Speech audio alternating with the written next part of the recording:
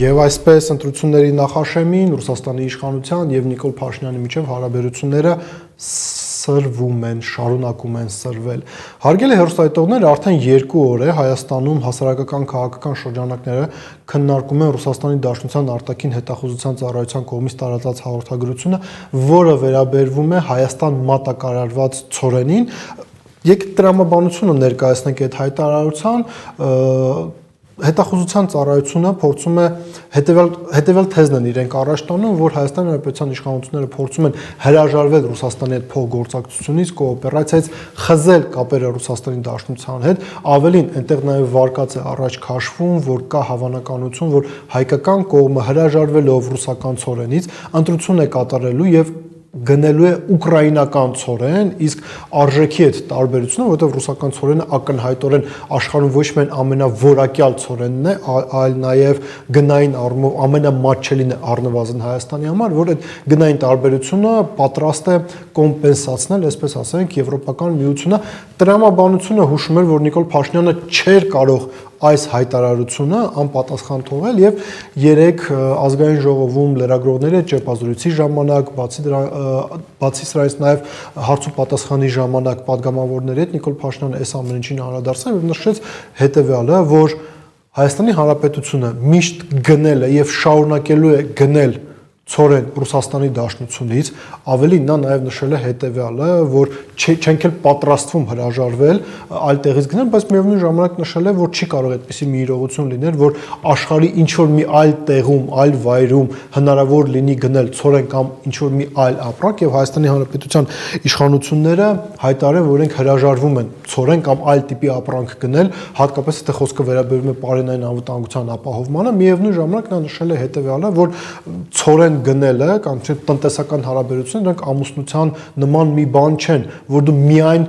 մեկ տեղից այդ ամեն ինչը գնես։ Տեսեք, հարգելի հեռուստադիտողներ, իրականում Ռուսաստանի Դաշնության արտաքին հետախուզության ծառայության հայտարարությունը եւ Նիկոլ Փաշինյանի արձագանքը այդ հայտարարության դրանք մեկ ամբողջության տարբեր դրսևորումներն են։ Ռուսաստանում առնվազն մի հատված ռազմաքաղաքական վերնախավի շատ լավ իրենց համար արդեն հասկացել են, թե Հայաստանի Հանրապետության իշխանությունները որ ուղղությամբ են տանում Հայաստանի Հանրապետությունը, այսինքն ռազմավարական առումով ինչ ընտրություն է կատարվել։ Նիկոլ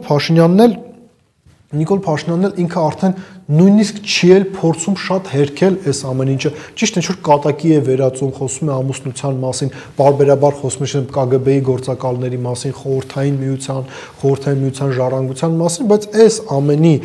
տակ սա պարզապես ծխածածկույթ է թաքցնելու համար Հայաստանի Հանրապետության ուղղությունը դեպի Թուրքիա, ոչ թե դեպի Եվրոմիություն, այլ հենց դեպի Թուրքիա։ Բայց ինչը վերաբերում է ամուսնությանը, այստեղ Նիկոլ Փաշինյանը ճիշտ է ասում։ Ռուսաստանի Դաշնության եւ Հայաստանի Հանրապետության միջև եղած տնտեսական կապերը, տնտեսական կոոպերացիան ամենևին էլ նման չէ ամուսնության, ավելին մեր մեջ եղած կոոպերացիան ինքը նույնիսկ շուկայական հարաբերությունների հետ որևիցե աղերս չունեցող մի երևույթ է, որովհետև շատ ապրանքներ Ռուսաստանից Պարենից միջև զենք մենք գնում ենք այնպիսի գներով, որոնք շուկայական գնագոյացման համակարգի շրջանակներում չեն տեղավորվում։ Որոշ դեպքեր են լինում, որ ակնհայտ է, որ ներքին գներով, եթե չասենք, ել ավելի էժան տարբեր ապրանքներ ենք մենք կարողանում բերել, սա առաջինը, երկրորդը, տեսեք, այստեղ նաև խոսք է գնում այն մասին, որ Եվրոմիությունը կարող է կոմպենսացնել գնային տարբերությունը, այստեղ եւս կարելի է իրականում վիճել ռուսական արտաքին հետախուզության ծառայության կողմից առաջ քաշված թեզի հետ կապված, որովհետև տեսեք, նույն իրավիճակում հայտնվել է նաև Եվրոպական միությունը, իրենք իրենց կամքով հրաժարվել են Ռուսաստանից X ապրանքներ գնել, ավելի կոնկրետ էներգակիրներ գնել եւ իրենք տնտեսական խնդիրների առաջ են կանգնել, ավելին իրենք ոչ միայն ներքին իրենց համակարգերի հետ կապված սպասարկման հետ կապված խնդիրներ ունեն տնտեսական, այլ նաեւ իրենք ունեն այսպիսի մի արդեն տոքսիկ ակտիվ Ուկրաինան, որը իրենք պետք է կարողանան ֆինանսավորեն թե պատերազմը, թե գողությունները, որոնք իրականացնում են Ուկրաինայի իշխանությունը, եւ սա ոչ թե մեր կարծիքն է, սա Ուկրաինայում գործող հակակոռուպցիոն մարմինների կողմից առաջ քաշված փաստերն են, հակակոռուպցիոն մարմիններ, որոնք ուղիղ վերահսկողության տակ են գտնվում Ամերիկայի Միացյալ Նահանգների իշխանությունների, խոսքը մասնավորապես վերաբերվում է հակակոռուպցիոն օրինակ դատախազությանը, որոնք վերջերս հրապարակեցին ձայնագրություններ, որոնք վկայում են այն մասին, որ ամենաբարձր մակարդակում Ուկրաինայում կա կոռուպցիա, հիմա Եվրոմիությունը խնդիր ունի ինքը իր խնդիրները լուծելու, Ուկրաինային ֆինանսավորելու, դժվար թե իրենք կարողանան Հայաստանի Հանրապետության բոլոր հնարավոր ծախսերը կոմպենսացնել, բացի նրանից, տեսեք, ախր Եվրոմիությունում քննարկումներ էլ չկան առայն, որ Հայաստանին, չգիտեմ, ընդունենք Եվրոմիության կազմ կամ ֆինանսապես այնպիսի աջակցություն ցուցաբերենք, որպեսզի ամբողջությամբ կարողանան կտրվել Ռուսաստանից, ինչ պատճառով, որովհետև իրենք կարծում են,